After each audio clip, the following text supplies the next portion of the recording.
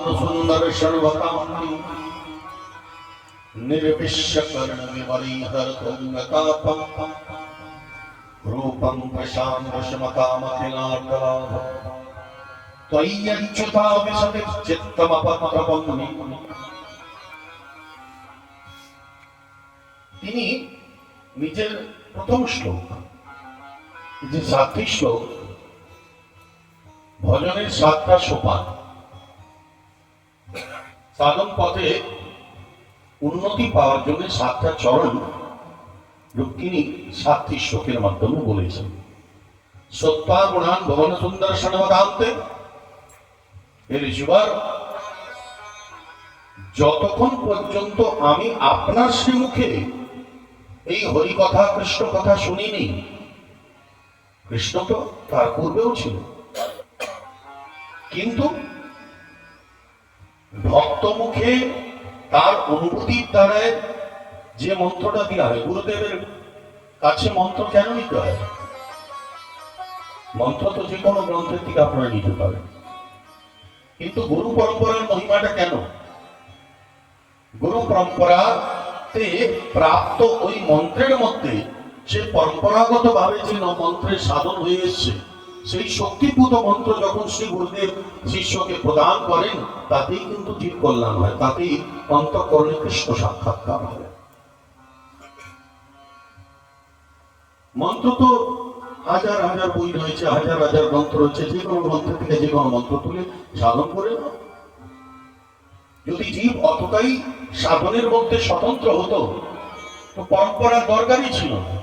শ্রী গুরুদেবের নিত্য সিদ্ধ পরম্পরার মাধ্যমে যখন ভগবান নারায়ণকে দিলেন, নারায়ণ ব্রহ্মাকে দিয়েছেন, ব্রহ্মা নারদকে দিয়েছেন, নারদ ব্যাসদেবকে দিয়েছেন, ব্যাসদেব সুখদেবকে দিয়েছেন, সুখদেব পরীক্ষিতকে দিয়েছেন, পরীক্ষিত সুত মহাশয়কে দিয়েছেন, সুত মহাশয় সৌনকাদি ঋষিগণদেরকে দিয়েছেন।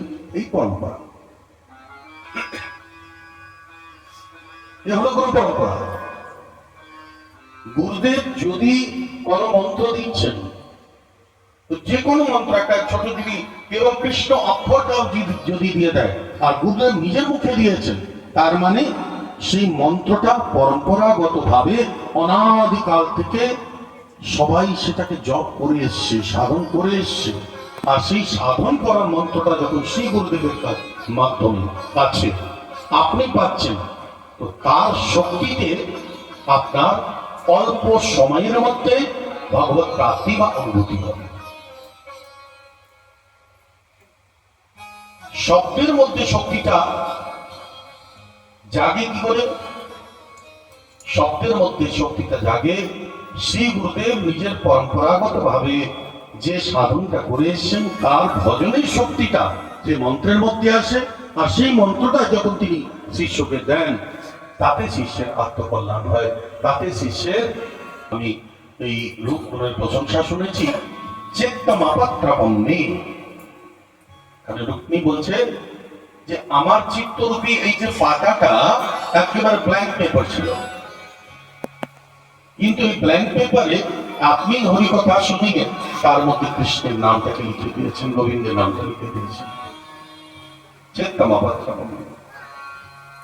আর যে আপনার মুখে আমি হরিকথা শুনেছি, তখন নারদজি সমক্ষে রুক্মিণী ভগবানের অনন্ত অনন্ত নাম রয়েছে, কিন্তু সে অনন্ত নামের মধ্যে নাম ধরছেন মুকুন্দ। মুকুন্দ শব্দ হচ্ছে যে মুক্তি প্রদাতা, তার অর্থ। কিন্তু এখানে গোবিন্দের রূপটা কেমন? মুখে কুন্দ সমাহাস, কুন্দ পুষ্পের মতো মন্দস্মিত হাসি যার শ্রীমুখে থাকে, সে হল মুকুন্দ। রুক্মিণী যে তার কমপ্লিট সারেন্ডারনেস, এই 7টি শ্লোক সম্পূর্ণ শরণাগতি কেমন হবে, সে শিক্ষাটাকে আমাদেরকে এই 7টি শ্লোকের মাধ্যমে জেনে নিতে হবে। আমরা যে কোনো সাধন করি, যে কোনো সাধনের মধ্যে যেহেতু আমাদের কর্তৃত্ব অভিমান থাকে, সেটাই Kansa. Kansa means I am the doer. And true service is that which has no feeling that I am the doer. Doer মানে কর্তা আমি। সাধন জগতের মধ্যে বড় বড় ঘাতক জিনিস হচ্ছে এই কর্তা ভজনের কিছুই করো, প্রদর্শনের দিকে যাওয়ার দরকার। আমাকে প্র্যাকটিক্যাল কথা বলছি আপনাকে, এটা ব্যাসপীঠে বসে আছি, তৈরি করার কথা না। আজ প্রায় 25 বছর হয়ে গেছে ভাগবতী কথার ক্ষেত্রে, কিন্তু যে সনাতন গোস্বামী পাদের রক্তটা এই দেহের মধ্যে রয়েছে, এখনো কিন্তু সেই রক্তের বীজটা অত্যধিক প্রচারে যাওয়াটা আমার ভালো লাগে। নামে যে প্রচার আজকেকার পাঠকদের, আজকেকার সাধু, আজকেকার গুরু, আজকেকার বক্তা, যার ফলোয়ার বেশি সেই শ্রেষ্ঠ বক্তা, সেই শ্রেষ্ঠ সাধু, সেই শ্রেষ্ঠ গুরু। তো আমি কোনোদিন এইসব কল্পনাই করিনি। ঠাকুরের দয়ায় যে জায়গায় বলার কথা নেই, এডুকেশন ঠিকঠাকই আছে। এমন পেটে বিদ্যা নেই বলে, ভাত জুটে নেই বলে পাঠের ব্যাসপীঠে বসেছি তা না। এটা আমার প্রফেশন না, প্যাশন। ভগবানের বড় কৃপা,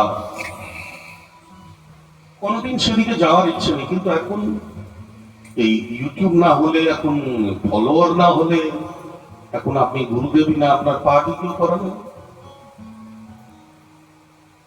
বাধ্য হয়ে তখন বিবেকানন্দ মহারাজকে আমি ধরলাম। বিবেকানন্দ মহারাজ, আসুন আপনি একটু কৃপা করুন ভাই, ইউটিউব তো আমি জানি। তখন তিনি কৃপা করে আমাকে এই ইউটিউবের, এখন উনি বলে দেন যে মহারাজ আপনাকে কমসে কম পাঠে দুবার তো বলতে হয় যে আপনি সাবস্ক্রাইব করে দিন। তো ওর বলাতে আমি তখন বলে দিই যে ঠিক আছে ভাই, সাবস্ক্রাইব করে দিন।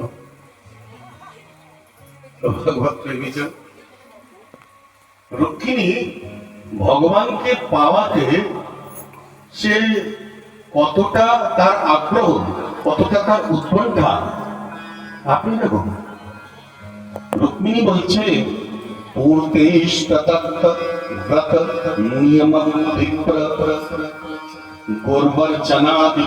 ভগবান পরেশ।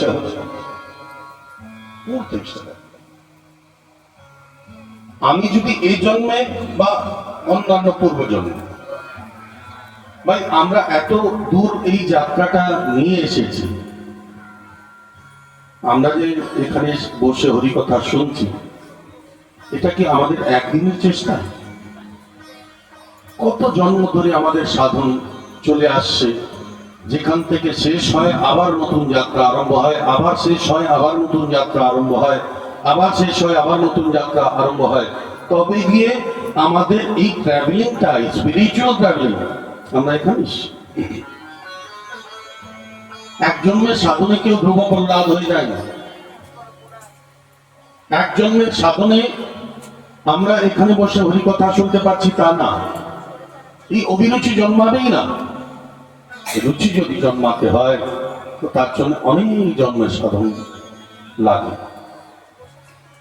রুক্মিণী বলছে যদি এই জন্মে বা পূর্ব জন্মে আমি কোন জপ তপ নিয়ম সাধন করে থাকি, তাহলে আমার সেই সাধনের বিনিময়ে আর কিচ্ছু লাগবে না, আমি কেবল আপনাকে চাই।